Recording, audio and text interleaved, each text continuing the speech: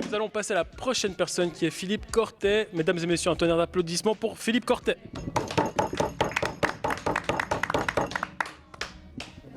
Oui, tu peux te mettre là. Absolument. Bienvenue. Absolument. Salut Philippe. On ne présente plus, qu'on connaît déjà. Hein. C'est la 3e apparition que tu fais sur l'émission Le Caclon. C'est ça, et Tout à fait, c'est la 3e. Apparition. Et on parle vin. On a vu dans les précédentes émissions que la vigne, c'était une plante qui dure dans le temps, qui se comporte comme une liane. Hein. Je ne sais pas si l'un de vous a recherché de savoir quelle était la longueur que pouvait faire c'est toi qui avais la vigne. Hein. Tu lui avais posé la question. Ouais, on n'avait pas trouvé la réponse de savoir combien de mètres elle pouvait faire. Hein. Très long, hein, ça peut. Oui, c'était ça la réponse, très long, je crois. On parle de quoi là exactement? Il n'y avait pas de mètre. De la vigne. Ah ok. Ouais. Et donc que la vigne est fragile et qui a besoin de beaucoup de soins. Cette semaine, dans l'actualité, il a fait très froid. Il y a eu du gel qui n'est pas impossible à arriver. Quel est l'effet que peut avoir le gel sur la vigne? Le gel, en fonction, disons, de la température négative, il peut avoir un effet de destruction complet de la récolte, dans le sens que les bourgeons ou les jeunes plantules qui auront gelé ne pourront pas porter de fruits. Et alors, la vigne, pour qu'elle soit détruite par le gel, il faut vraiment que les températures descendent très très bas. Le gel dont on parle, c'est le gel de printemps. Et il y a beaucoup de parcelles qui ont été touchées par le gel. Donc les vignerons vont perdre une partie de leur récolte parce qu'une grande partie ou une partie plus ou moins importante de bourgeons aura été détruite par le gel. Mais la vigne va repartir avec des bourgeons latents. Et le vigneron va avoir plus de travail que s'il n'y avait pas eu de gel parce qu'il va devoir intervenir pour piloter et conduire la vigne dans une bonne disposition afin d'assurer la récolte de l'année suivante. Ouais, vas-y. On peut pas se prémunir du gel si on sait que ça va geler. On peut pas couvrir la vigne, mettre un petit radiateur. C'est compliqué, c'est très compliqué finalement et très coûteux de lutter contre le gel. On a différents moyens. Dans certains vignobles, il y en a qui utilisent des hélicoptères pour brasser l'air, pour éviter qu'il stagne au fond, disons, au niveau du sol. D'autres mettent des chaufferettes. En Valais, maintenant, il y a des canons qui tournent et puis qui pulsent de l'air chaud pour essayer d'éviter que la vigne, disons, se trouve en dessous de 0 degré. Et puis il y a aussi de l'eau. L'eau, on peut utiliser l'eau, c'est-à-dire que le gel protège la plante. Mais pour que ça fonctionne, il faut que le terrain soit très perméable. C'est une technique particulière. Donc on voit à quel point c'est fragile la vigne et puis ce processus. On a vu aussi lors des précédentes émissions que le processus de transformation du raisin en vin était aussi un processus qui était très humain et qui permettait de pouvoir en fait faire ce produit noble qu'est le vin et qui réchauffe les cœurs. Et derrière une bouteille, il y a toujours un vigneron, mais c'est plus qu'un vigneron, c'est une famille. Oui, tout à fait. Donc, je pense le vin, c'est quelque chose de tellement particulier. Pour arriver à amener le raisin en bouteille, en quelque sorte, eh bien, il faut se souvenir qu'il y a toute une année viticole. Et déjà, ici, cette année, ça commence, pour certains, d'une manière relativement difficile. On peut avoir également différentes attaques dues à des maladies, comme le mildiou, le dium, ou bien la récolte peut être détruite juste avant que l'on prenne le raisin par la grêle, par exemple. Donc derrière une bouteille, eh bien, il y a une histoire, il y a un terroir, il y a un cépage, il y a une famille qui s'est investie pour amener le raisin, disons, à son meilleur niveau qualitatif, afin de pouvoir produire, disons, un vin de qualité capable d'évoluer dans le temps. J'ai une question du coup, en parlant de destruction de récolte. Est-ce qu'il y a des animaux qui s'attaquent aux vignes? Les oiseaux. Ouais. Dans certaines conditions, si les parcelles sont un peu isolées, on peut avoir des nuages d'étourneaux qui descendent sur la vigne et puis qui peuvent détruire la récolte en très très peu de temps. Ok. Il y a aussi parfois les renards, les blaireaux. Ouais, il y a un peu sont aussi quoi. des animaux, disons, qui se gargarisent, disons, qui aiment beaucoup manger du raisin. Et il peut y avoir des dégâts assez importants. Voilà. Ils se font On- bolosser. On a parlé avec nos précédents invités de l'importance de l'innovation et de la créativité. Quelle est la part laissée à la créativité par rapport au savoir, à la science dans ce processus de transformation du raisin au vin? Disons, le vigneron, le vigneron d'abord, il peut intervenir par rapport à cet élément-là en déplaçant sa date de récolte. Et puis ensuite, l'œnologue va pouvoir amener, disons, sa créativité en fonction de la qualité du raisin qu'il a géré, en gérant la température et puis par ce canal-là, la cinétique de fermentation. Donc, pour les rouges aussi, on peut intervenir sur la durée du cuvage. On peut travailler avec du bois, des barriques ou pas, pour compléter, disons, la personnalité du vin. Ou bien, comme un peintre le fait sur un tableau, eh bien, on va pouvoir faire des assemblages de manière à, par l'apport de différentes cuvées, apporter le meilleur niveau possible, le meilleur équilibre possible au vin que l'on a vinifié. Mais globalement, on a vraiment une tendance qui est en train de monter en puissance et qui consiste à essayer de vinifier avec le moins d'intrants possible et puis le moins d'action possible sur les raisins. Donc, toute la vinification, finalement, c'est un test de sensibilité où, par la dégustation, on va écouter comment le vin évolue et puis, en fonction de ça, pouvoir intervenir afin de le faire progresser dans la direction qu'on aimerait le voir prendre. On a découvert lors des dernières émissions aussi l'importance du verre, vous vous souvenez? Mais bien sûr. Mais aussi, on a vu la manière de servir le vin. Toi, tu avais une anecdote que tu as vécue pendant tes études sur aussi quelque chose qui est très technique, le lien avec l'odorat et le lieu dans lequel, en fait, on se trouve quand on déguste. Je me rappelle, disons, d'un épisode qui m'a passablement marqué. C'est que lorsqu'on entre en dégustation, c'est important d'avoir un palais qui est assez neutre et qui va pas être faussé en quelque sorte par les aliments que l'on aura pris avant. Et je me rappelle en entrant après une bonne fondue avec des copains, passablement corsée avec de l'ail, je suis entré dans la salle de dégustation et puis le prof de dégustation dit « Mais là, ça pue l'ail là-dedans, on va pas pouvoir déguster. Qu'est-ce qui se passe, les gars? Est-ce qu'il y a quelqu'un qui a mangé de l'ail ?» Et puis, silence complet dans la salle. Et puis, tout à coup, je me rappelle que j'ai mangé la fondue.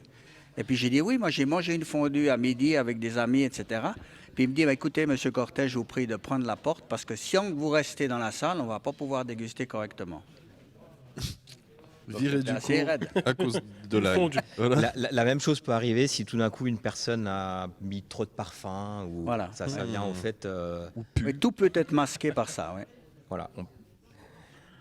Excellent. On va passer à la dégustation et puis Oui, on a les deux premières émissions qu'on peut retrouver d'ailleurs sur YouTube pour ceux qui les auraient pas vues. On avait vu donc la dégustation multisensorielle. On avait déjà bien vu comment est-ce qu'on approchait un vin avec la vue.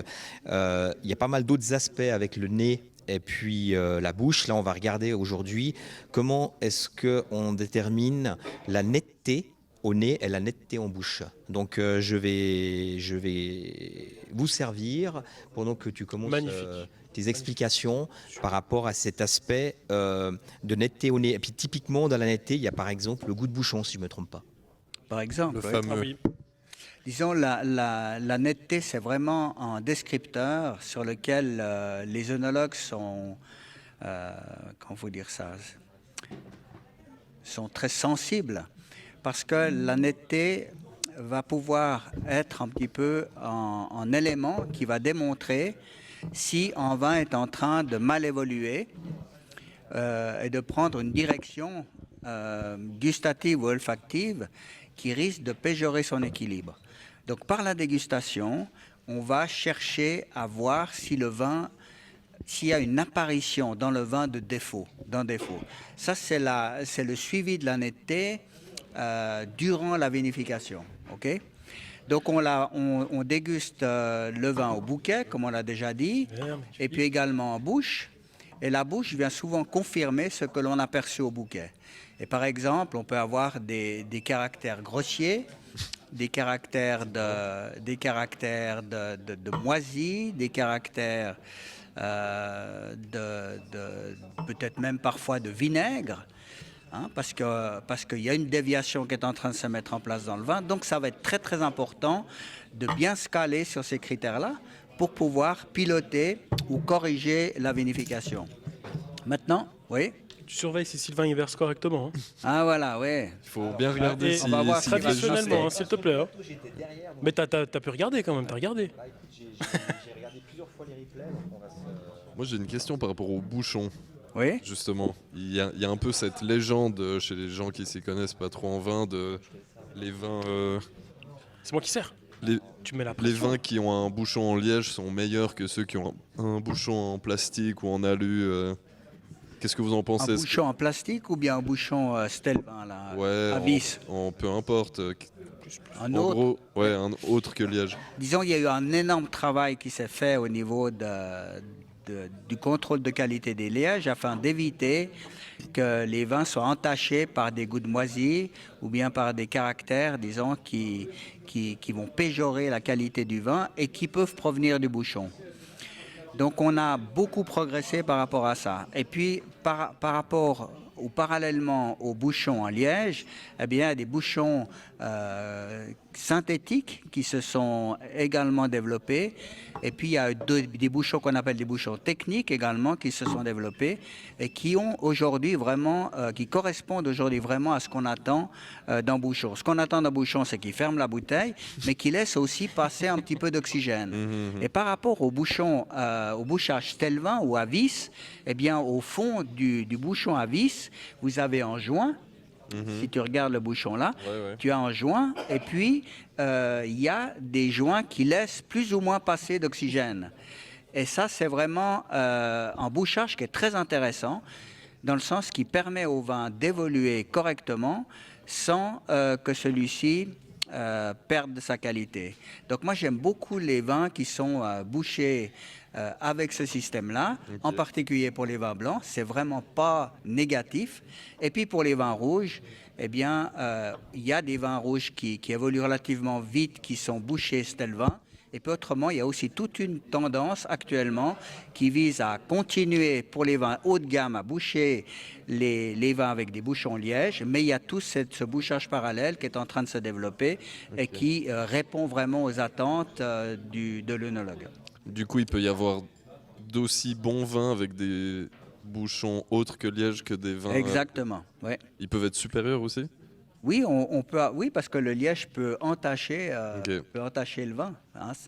Tandis que le bouchon synthétique, c'est un bouchon, ou bien le bouchon synthétique, pour prendre ce terme, eh bien, permet d'éviter ce type de problème-là. Okay, ouais.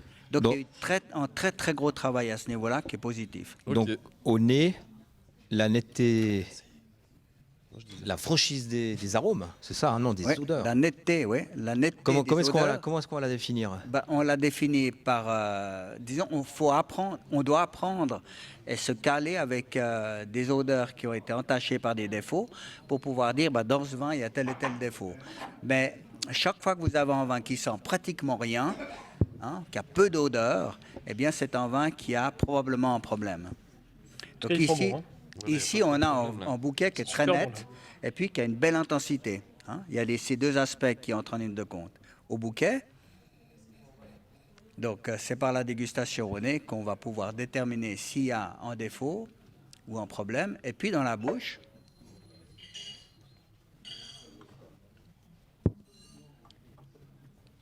comme on l'avait vu l'autre fois, hein, en pulsant l'air qui est entre la langue et le palais par l'arrière-nez, eh bien, on voit par exemple que ce vin est parfaitement net, il n'a aucun défaut œnologique, c'est un magnifique produit.